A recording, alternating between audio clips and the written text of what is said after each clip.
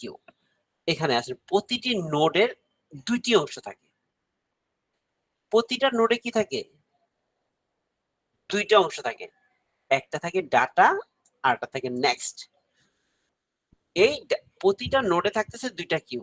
যেমন মনে করেন প্রথম দিকে যখন আমরা দেখেছিলাম এই যে কিউতে থাকতেছে, এই কিউর এখানে কি দেখছি, এটা এলিমেন্ট দেখছি। এই এলিমেন্টের ক্ষেত্রে কি হইতেছে, দুইটা থাকতেছে। একটা থাকবে এই ডাটা, আর একটা দুইটা থাকতেছে এই পয়েন্টে ডাটা থাকবে, সাথে একটা নেক্সট পয়েন্টারের লোকেশনটা থাকবে। ডাটা থাকবে এবং নেক্সট পজিশনটা থাকবে। নেক্সট পজিশনে কি থাকে, নেক্সটে অ্যাড্রেস সেট, পরবর্তী নোডের ঠিকানাটা থাকবে, যে পরবর্তী নোডটা কই আছে। তো প্রতিটা নোডে একটা থাকে ডাটা, একটা থাকে নেক্সট পয়েন্ট। তারপরে কিউর দুইটি পয়েন্ট থাকে, ফ্রন্ট এবং রার। একটা কিউতে দুইটা নোড থাকে, একটা ফ্রন্ট থাকে, একটা রার থাকে। প্রতিটা নোডের নির্দিষ্ট করে যেখানে উপাদানটি সরানো হয়েছে, শেষ নোড নির্দিষ্ট করে যেখানে উপাদানটি যোগ করা হয়েছে। আমরা জানি কিউতে নরমালি দুইটা পয়েন্ট থাকে যেটা যোগ করা হয়েছে। তাইলে এখানে হচ্ছে নোডের থাকে দুইটা অবস্থান, এটা হচ্ছে ডাটা এবং নেক্সট, আর কিউতে দুইটা অবস্থায় থাকে, একটা ফ্রন্ট আর রার। অপারেশন, অপারেশনের ক্ষেত্রে একইভাবে এখানে এনকিউ এবং ডিকিউ সিস্টেমই করা হয়। নতুন নোড তৈরি করার জন্য রার এবং নেক্সট যুক্ত করা হয়ে থাকে, রার এর পয়েন্টে আপডেট করা হয়। ডিকিউর ক্ষেত্রে কিছু ফ্রন্ট নোড যুক্ত করে এবং ফ্রন্টের মানে একটা বের করে দিয়ে সেটাও আপডেট করতে হয়, সেটা আমরা জানি। এখানে দেখেন আমরা যে স্ট্রাকচারটা যেটা দেখতেছিলাম, এই যে দেখেন ফ্রন্ট, এটা হচ্ছে ফ্রন্ট। এই ফ্রন্টে যে ডাটা থাকতেছে এইটাকে আমরা বলছি নেক্সট এর অ্যাড্রেসটাকে ধারণ করতেছে। এটা হচ্ছে নেক্সট পয়েন্টার। এই নেক্সট পয়েন্টার, এই যে পয়েন্টারে কি করতেছে, আমাদের নেক্সট মেমোরি লোকেশন, এই যে এইটার মেমোরি লোকেশনটা সে ধারণ করতেছে। এক কি করতেছে, এর মেমোরি লোকেশন ধারণ করতেছে। আর সবাই শেষে যেটা থাকবে সেটা নাল থাকবে, মানে এটাই রার, এটার মধ্যে আর কিছু থাকতেছে না। তাহলে ওই প্রথমটা থাকতেছে আমার ফ্রন্ট, যেখানে ভিতরে যেই এলিমেন্টের ভিতরে আমার নেক্সট পয়েন্টার লোকেশন থাকতেছে। যতক্ষণ পর্যন্ত আমার এই পয়েন্টার পাবে ততক্ষণ সে একটা পয়েন্ট আগায় যাবে। লাস্টেরটা এসে কি পাবে, নাল পাবে, মানে আর কোনো অ্যাড্রেস নাই। ওইটা হচ্ছে রার পজিশন। যখন আমরা এনকিউ করব, মানে কোনো ডাটাকে এখানে প্রবেশ করাবো, তখন এই নাল যেটা পাবে রারে দিয়ে আমরা প্রবেশ করাবো, আর বাহির হবে কোনটা, ফ্রন্টে যে আছে সে এই ডাটাটাকে ডিকিউ করে এই ফ্রন্ট পজিশনটা চলে আসবে এই জায়গাটাতে, মানে এই পজিশনে। এটা হচ্ছে আমার কিউ এর বিচ্ছিন্ন ডাটা স্ট্রাকচার, কিউ এর বিচ্ছিন্ন কিউর ক্ষেত্রে আর কি। বিচ্ছিন্ন কিউ মানে হচ্ছে যেটা হচ্ছে নন কন্টিগুয়াস।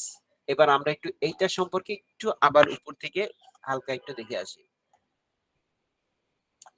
আমরা কিউর ক্ষেত্রে বলেছিলাম কিউ হচ্ছে কিরকম, ফিউ প্রসেসে কাজ করে, ফার্স্ট ইন ফার্স্ট আউট প্রসেসে কাজ করে থাকে। তার কতগুলো এলিমেন্ট আছে, ফ্রন্ট, হেড এবং ব্যাক, টেল, রার।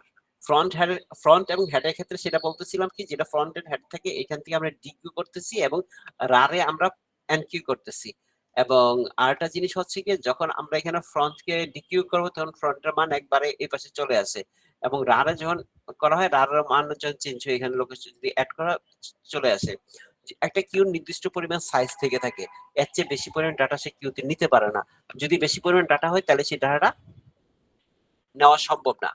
তাই যখন আমরা কোনো এনকিউ করতে যাব তখন দেখবো যে ওইটা ফাঁকা আছে কিনা, ফাঁকা থাকলে আমি ডাটাকে প্রবেশ করতে পারবো। আর ডিকিউ করার ক্ষেত্রে দেখবো যে ওইখানে পূর্ণ কিনা। যদি দেখি যে ফ্রন্ট এবং রারের মান একই, তাইলে আমরা এখান থেকে কোনো ধরনের ডাটা ডিকিউ করতে পারবো না, কারণ এখানে তো কিছুই নাই।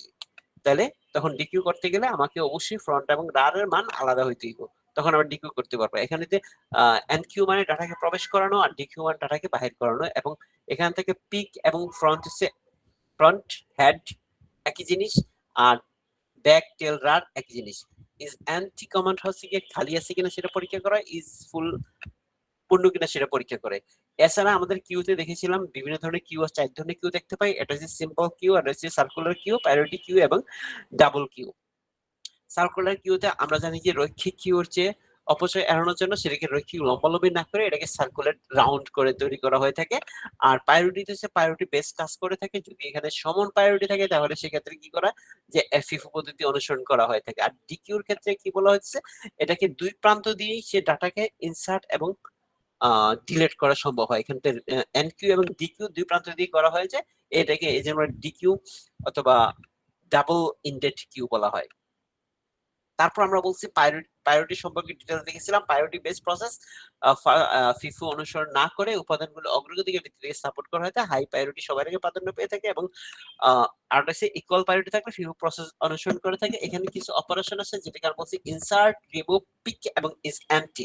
ইনসার্টের ক্ষেত্রে আমরা কি করতে হয়, এখানে আইটেম প্রায়োরিটি বেসের ক্ষেত্রে আইটেম প্লাস প্রায়োরিটি অ্যাড করতে হয়। প্রায়োরিটি গুলি থাকে কি 1 2 3 4 5 6 7 8 এইভাবে থাকে। যার প্রায়োরিটি বেশি থাকে তার সংখ্যাটা আরো বেশি হয়ে থাকে। তখন প্রথম এই ক্ষেত্রে আমাদের যখন কোনো প্রায়োরিটি কিউ কিভাবে কাজ করে থাকে, এটা হচ্ছে দুই ধরনের ভাবে কাজ করে থাকে, যে অ্যারে বা লিস্ট বা সিম্পল ইমপ্লিমেন্টেশন আর হচ্ছে কি এফিশিয়েন্ট ইমপ্লিমেন্টেশন। সিম্পল ইমপ্লিমেন্টেশন সাধারণত অ্যারে বা লিস্টের ক্ষেত্রে দেখতে পাই প্রতিবার ইনসার্ট করার পর এটাকে কি করা হয়ে থাকে, সর্টিং করা হয়ে থাকে। আর যদি এটা হচ্ছে কি ধীর গতি এবং বারবার সর্টিং করলে যে ধীর গতির হয় কারণে। আর হচ্ছে এফিশিয়েন্ট ইমপ্লিমেন্টেশন হচ্ছে হিপ ব্যবহার করে যেটা তৈরি করা হয় ট্রি প্রসেসে। হিপের মাধ্যমে মিন হিপ বা ম্যাক্স হিপ প্রসেস। মিন হিপ হচ্ছে সর্বনিম্ন প্রায়োরিটি উপাদানটা রুটে রাখা হয়, আর হচ্ছে ম্যাক্স হিপের ক্ষেত্রে প্রায়োরিটি উপাদানগুলি রুটে রাখা হয়, ম্যাক্সিমাম প্রায়োরিটি। আর এটা হচ্ছে সময়ের জটিলতা বা টাইম এফিসিয়েন্সি হচ্ছে কি ও লগ এন পদ্ধতিতে। আর স্ট্যাকের কিউর মধ্যে যে পার্থক্যগুলি আছে আমরা বুঝতে পারতেছি। লিফো প্রসেসে কাজ করে থাকে, এলো লিফো সর্বশেষ প্রবেশ দিক করবে, সর্বশেষ বাইরে বের হচ্ছে। ফিফো প্রসেসে কাজ করে রয়েছে ফার্স্ট আউট আকারে। প্রবেশের দিক এবং প্রস্থানের দিক একই হয়ে থাকে টপে, আর রয়েছে একমাত্র প্রাপ্ত হচ্ছে রার এবং ভিন্ন প্রান্ত ফ্রন্ট হিসেবে কাজ করে থাকে। আর এখানে অপারেশন গুলি হচ্ছে পজ, পুপ এবং পিক, আর এনকিউ, ডিকিউ আর পিক। আর এনকিউ সন্নিবেশনের অ্যালগরিদম গুলো আমরা দেখেছিলাম। ওই যে ঘটনাগুলি আমরা বলতেছিলাম ওইগুলি মনে করেন আপনি গুছিয়ে দিয়ে মানে প্রবেশ করে এবং ইনসার্ট করে কথাগুলি আপনি সাজিয়ে লিখতে পারবেন। আর বিচ্ছিন্ন যেটা বলতেছিলাম নন কন্টিগুয়াস, এতক্ষণ ধরে কন্টিগুয়াস ডাটা কিউর কথা বলতেছিলাম। নন কন্টিগুয়াস এর ক্ষেত্রে হচ্ছে কি এখানে কি নির্দিষ্ট মানে কি বলবো সেটা কিউতে যখন কি করা হচ্ছে যে এলোমেলো ভাবে মেমোরিতে ডাটাগুলি সংরক্ষণ করতে থাকে এরর পরিবর্তে। এমডি শাহরিয়ার জামান ভাই কিছু বলবেন? জি স্যার, আমি বলতেছিলাম যে আমাদেরকে এই রেকর্ড ক্লাসগুলো দেওয়া হবে।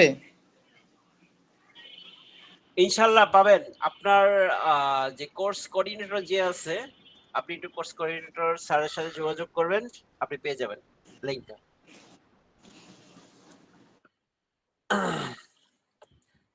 তো এখানে আমরা কি বলতেছিলাম নন কন্টিগুয়াস কিউ এর ক্ষেত্রে, যে এই একটি কিউ ডাটা স্ট্রাকচার যা অ্যারের পরিবর্তে লিংক লিস্টটা ব্যবহার করে থাকে। এখানে লিংক লিস্ট অ্যারের পরিবর্তে অ্যারে বা লিস্টের পরিবর্তে লিংক লিস্ট ব্যবহার করে থাকে, যেখানে কি থাকে একটা নোড থাকে, সেই নোডের ভিতরে একটা ডাটা এবং একটা নেক্সট পয়েন্ট থেকে থাকে। নেক্সট পয়েন্ট থেকে থাকলে কি সুবিধা হচ্ছে গিয়ে যে পরবর্তীতে এই যে জিনিসটা যেটা নোড থাকতেছে এটা নেক্সট পয়েন্ট থাকতেছে, নেক্সট পয়েন্টের মাধ্যমে আমরা পরবর্তী নোডের যে ঠিকানাটা সে ধারণ করে এই পয়েন্টারে। তো এইটা একটা নোড, এতটুকু পুরোটা একটা নোড এবং এতটুকু একটা নোড। আর এইটা একটা নোড। এই নোডের মধ্যে আমরা দেখতেছি যে একটা পয়েন্ট থাকতেছে, এই পয়েন্টার কি থাকে এই নোডে অ্যাড্রেসটা সে ধারণ করে, আর প্রতিটা নোডের ভিতরে একটা ডাটা থাকতেছে আর একটা পরবর্তী অ্যাড্রেসের লোকেশন থাকতেছে। একইভাবে ধাপে ধাপে যাচ্ছে এবং সবার শেষেরটা কি থাকে একটা নাল থাকে। সে আর পরবর্তী আর কোনো অ্যাড্রেস ধারণ করে না, কারণ এরপরে এই কিউতে আর কোনো নোড নাই বা এলিমেন্ট নাই। সো এই কারণে সবার শেষে নাল থাকে, আর যেটাতে নাল থাকে সেটা হচ্ছে রার। ওইখান দিয়ে যখন আরেকটা ডাটা ইনসার্ট করা হবে তখন ওই পয়েন্টারটার ভিতরে সে কি করবে এলিমেন্ট থাকবে এবং ওই রারের অ্যাড্রেসটা নালের মধ্যে অ্যাড করে পয়েন্টিং করবে। আর যদি বের হয়ে যায় তাহলে এটা বের হয়ে যাবে 10, কারণ ফ্রন্ট থেকে আমরা বাহির হয় এটা আমরা জানি। এইবার আমরা একটু এটা হচ্ছে আমাদের পঞ্চম চ্যাপ্টার গেছে, ষষ্ঠ চ্যাপ্টারের ক্ষেত্রে একটু শীটটা নিয়ে আসি, দেখি আমরা ষষ্ঠ চ্যাপ্টারটা কি আছে।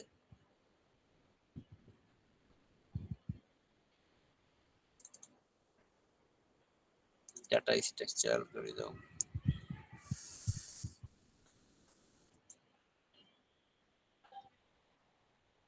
ষষ্ঠ চ্যাপ্টার।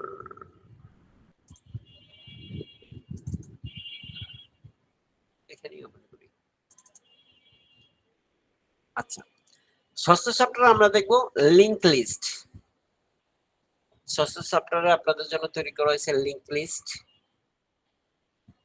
Data structure. এই লিংক লিস্ট ডাটা স্ট্রাকচারের যেটা আমি ওইখানে যখন কিউর ক্ষেত্রে লিংক লিস্টটা যে বলা হয়েছিল সেইটার এখানে টোটাল এই লিংক লিস্ট নিয়ে টোটাল চ্যাপ্টারটা তৈরি করা। এখানে আমরা যা যা দেখতে পাবো সেটা একটু দেখি। আমরা এখানে দেখতে পাবো যেটা লিংক লিস্ট ডাটা স্ট্রাকচার এরকম হয়ে থাকে। এখানে যেটা হেড আছে, এটা হচ্ছে single link list, double link list এবং সার্কুলার লিংক লিস্ট। ষষ্ঠ চ্যাপ্টার কি আজকেই শেষ করবেন নাকি আজকে পঞ্চম পর্যন্তই থাকবে? পঞ্চম পর্যন্তই শেষ। ষষ্ঠ চ্যাপ্টারে জাস্ট দেখাচ্ছি কি পড়াবো আমরা সামনে, যাতে আপনারা প্রিপারেশন নিতে পারেন। এই শীটটা দিয়ে দিব আমি ওই ষষ্ঠ ক্লাস শুরু হওয়ার আগে। ক্লাসের প্রতিটা ক্লাস করানোর আগেই আপনাদের শীট দিয়ে দিই, যাতে আপনারা নিজে একটু পড়তে পারেন, দেখতে পারেন, যাতে পরবর্তী ক্লাস করে সুবিধা হয় এই জন্য। তবে গ্রুপে দিবেন না, গ্রুপে অলরেডি দেওয়া আছে আপনাদের শীটগুলি। এটা আমি গুগল ড্রাইভে একটা লোকেশন দেওয়া থাকে আপনাদের গ্রুপে। অলরেডি যারা পুরনো আছেন সবাই ওই গুগল ড্রাইভটা পেয়ে গেছেন, ওই গুগল ড্রাইভে দেওয়া থাকে। আমরা তো নতুন, এই কারণে হ্যাঁ হ্যাঁ, বুঝতে পেরেছি। আমরা নতুন যারা আসছে এরা তো পায় নাই। পেয়ে যাবেন আবার শেয়ার দেওয়া হবে ওই গ্রুপের ভিতরে। শেয়ার দিয়ে দিলে তো আপনারা পেয়ে যাবেন, যেহেতু আপনারা আগের যে শেয়ার গুলি ছিল ওগুলো পাননি। গ্রুপের নিউজ গুলা যেহেতু আপনারা পরবর্তী অ্যাড করেছেন দিয়ে দেওয়া হবে, আপনারা তখন পেয়ে যাবেন। তারপর আছে মেমোরি অ্যালোকেশন, উপস্থাপনা আছে ডাইনামিক মেমোরি লোকেশন, তারপর লিংক লিস্ট অতিক্রম করার জন্য এই অতিক্রম করা মানে লিংক লিস্ট অতিক্রম মানে হচ্ছে ট্রাভার্সিং করার জন্য অ্যালগরিদম। তারপর লিংক লিস্ট অনুসন্ধানের জন্য অনুসন্ধান মানে সার্চিং অ্যালগরিদম। লিংক লিস্ট সন্নিবেশন করা মানে কি নতুন করে যোগ করার জন্য অ্যালগরিদম। এখন দেখেন এটার ক্ষেত্রে আরো কি আছে, ইনসার্ট বিগিনিং। শুরুতে যদি ইনসার্ট করেন এক ধরনের অ্যালগরিদম, ইনসার্ট ইন্ট শেষে যদি ইনসার্ট করেন তাহলে এক ধরনের অ্যালগরিদম।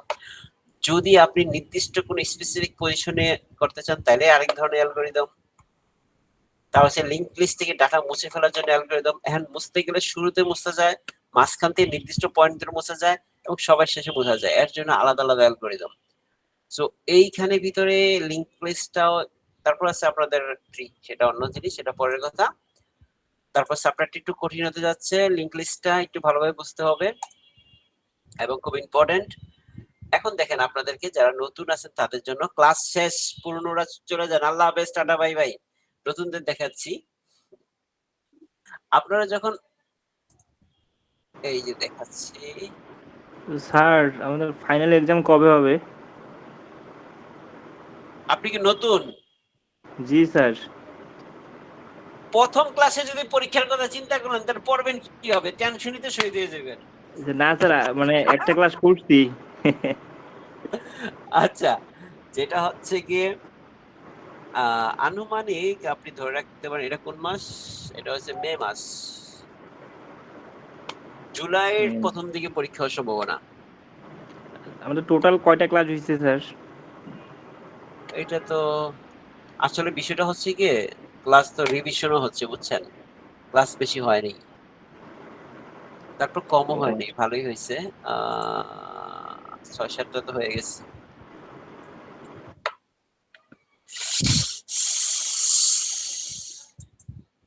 হ্যালো, শুনতে পাচ্ছেন?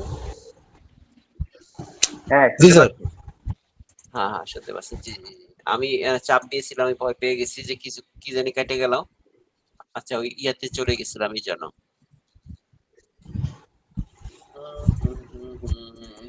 নতুনদের ইনস্ট্রাকশন দিচ্ছিলেন। হ্যাঁ হ্যাঁ হ্যাঁ, না ওইটা হঠাৎ করে ওই যে ইয়াতে বাইরে হয়ে গেছিলাম। দেখেন যে আচ্ছা এটা কেটে দিছি, ভালো হয়েছে। এইখানে যেটা হচ্ছে কি আপনাদের এই যে গুগল ড্রাইভটা আছে না, এইটা শেয়ার দেওয়া হয়েছিল কবে?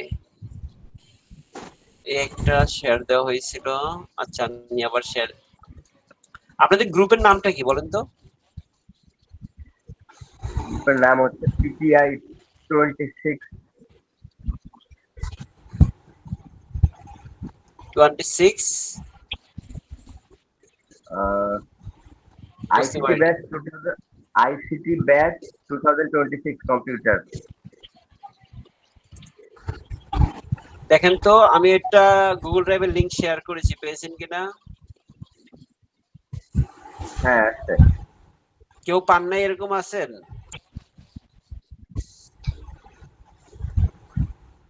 আচ্ছা, যাক পেয়েছেন, গুড। এখানে যেটা আছে এই গুগল ড্রাইভ, এই লিংকটাতে ক্লিক করবেন। ক্লিক করার পর আপনার এরকম ভাবে ওপেন হয়ে যাবে।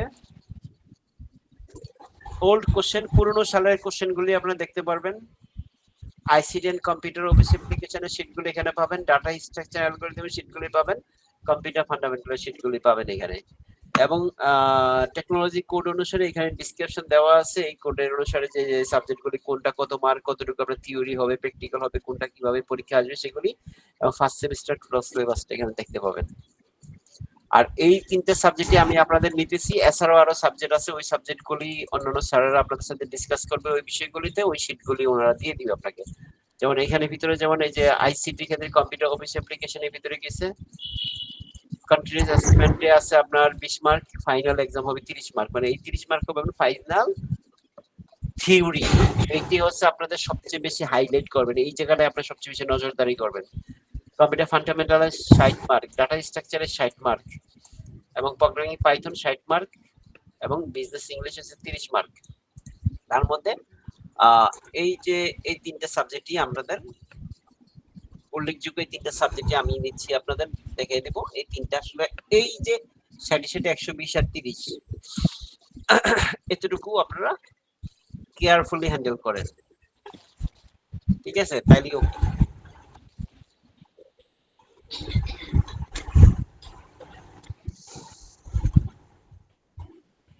ওল্ড কোশ্চেনগুলি আছে সাজানো, যে পুরনো সালের যে কোশ্চেনগুলি কিরকম হয়ে থাকে সেখান থেকে দেখতে পারবেন। আর এখানে যেন আইসিটি যে শীটগুলি আছে প্রতিটা না শীট ওর দেওয়া আছে। কোশ্চেন গুলো ঘোলা, ওর কোশ্চেন গুলো বোঝা যায় না ওতে কি আছে, আচ্ছা, মানে কয়েকটা বোঝা যায় কয়েকটা যায় না। আসলে যেরকম পেয়েছিলাম ওরকম দিছি, যেগুলি কয়েকটা জাস্ট আপনি ধরনটা দেখার জন্য, বুঝছেন? দেখে আমি ক্লিয়ার কোশ্চেন আপনাদেরকে জন্য দিব, যেটা এই জন্য ওই যে কিছু কোশ্চেন এইরকম বাংলা মনে ওয়ার্ডে এমএস ওয়ার্ডে লিখে দিছি, ঠিক আছে, যাতে সুবিধা হয়, বুঝতে যাতে সুবিধা হয়। হ্যাঁ এইটা কোশ্চেনগুলো ক্লিয়ার আছে, কিরকম হয়? কিন্তু আরো কয়েকটা আছে, 6টা কোশ্চেন আছে মেবি, তার মধ্যে কিছু ঘোলা। হ্যাঁ, যেগুলো ছবি দিলা মনে করেন হোয়াটসঅ্যাপে পাঠাইছে, ওইভাবে যেরকম আর কি পাওয়া গেছে, ওইটাকে ঘষা মাজা দিয়ে যতটুকু ক্লিয়ার করা সম্ভব হয়েছে। তো এই যে এগুলো এসে ওয়ার্ডে কনভার্ট করে দেওয়া আছে, এগুলি দেওয়া হয়েছে। আমাদের গ্রুপে অ্যাড করে নেন, এগুলো আমরা দেখতে পারতেছি না। আপনাদের গ্রুপে কোন গ্রুপ? কে দেখতে পাচ্ছে না গ্রুপে?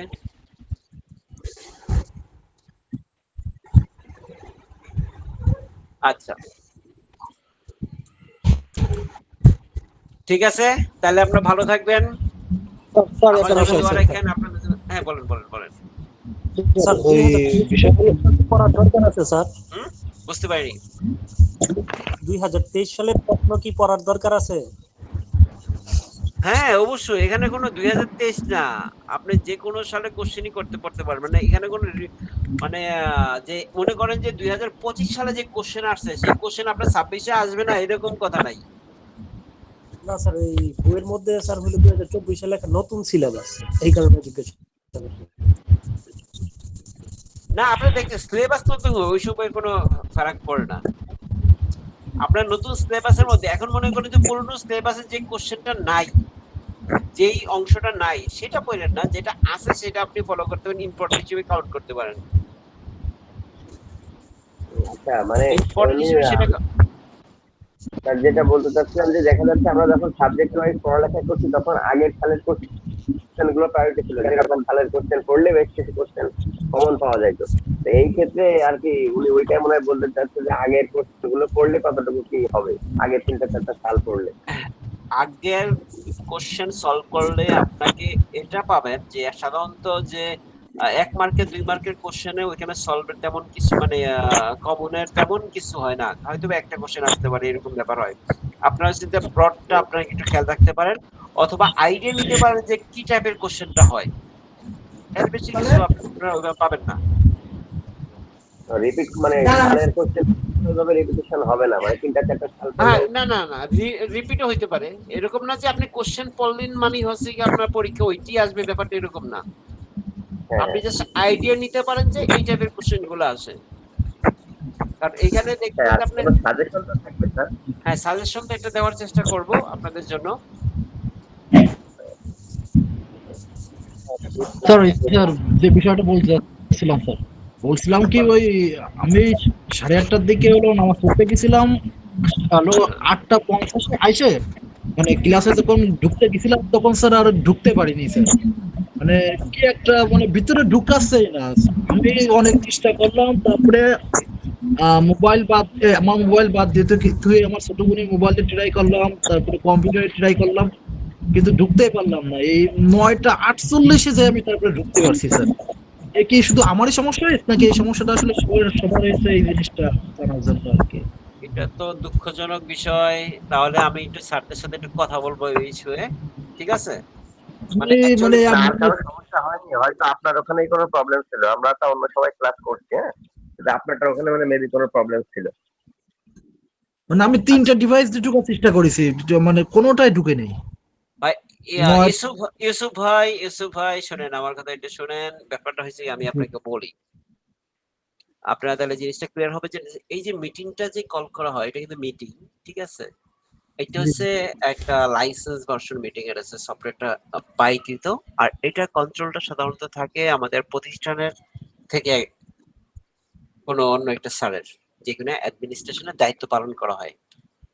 তো উনি জি জি এখানে আপনাকে জয়েন করানো হয়। এখানে হচ্ছে কি, জয়েন করানোর জন্য ওনারা পারমিশন দিতে পারে। এখানে কিন্তু পারমিশন আমিও দিতে পারি না যেমন।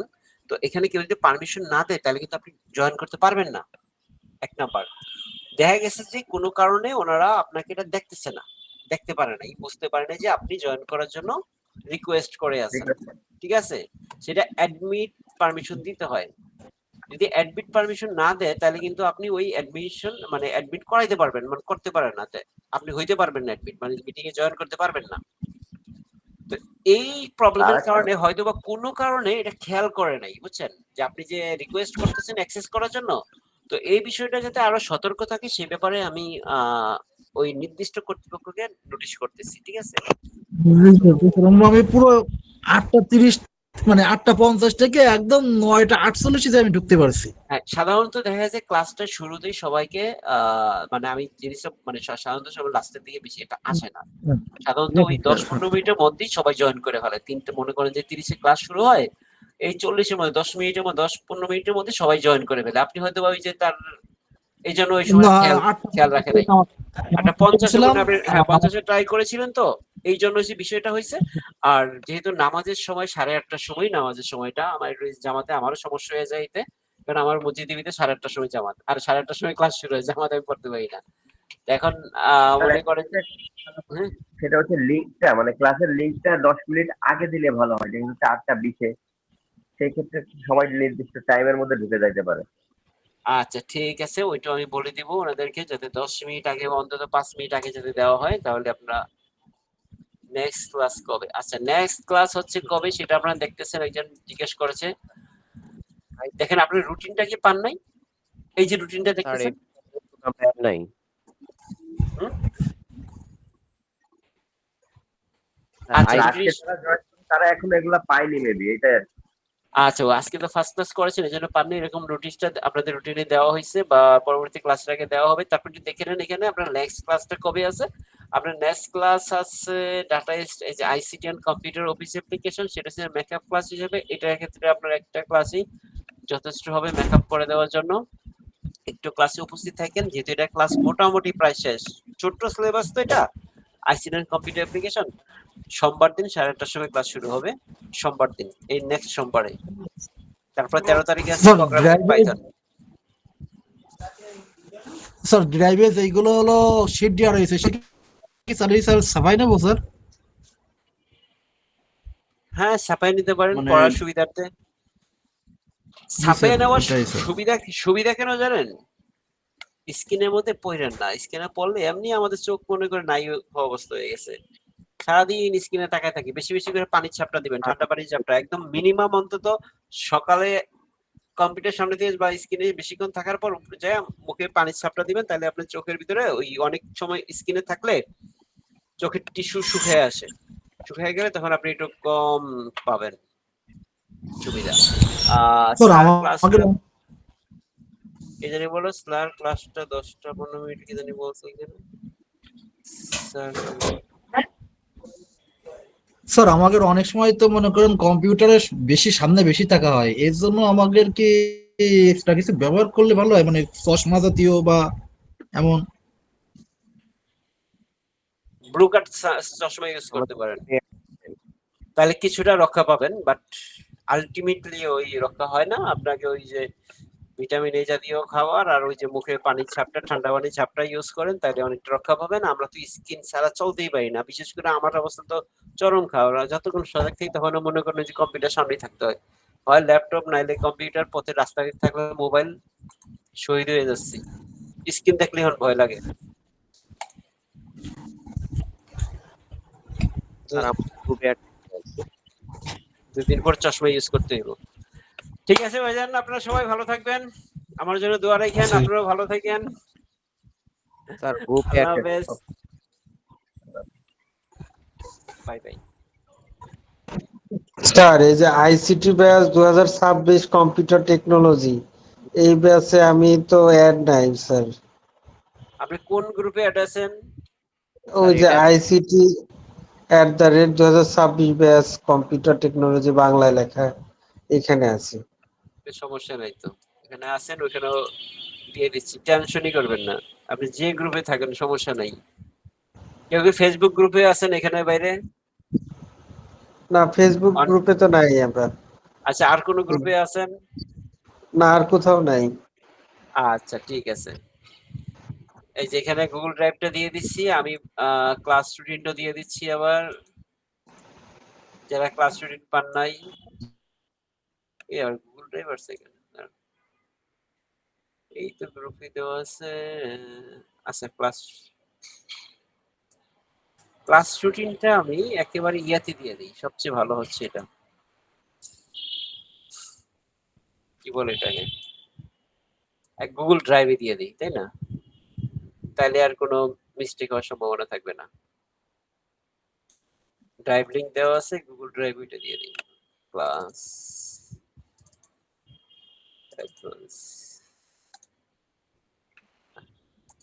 এখানে দিয়ে দিলাম। এখানে গুগল ড্রাইভে ক্লাস রুটিন দেওয়া আছে, ওইখান থেকে পেয়ে যাবেন।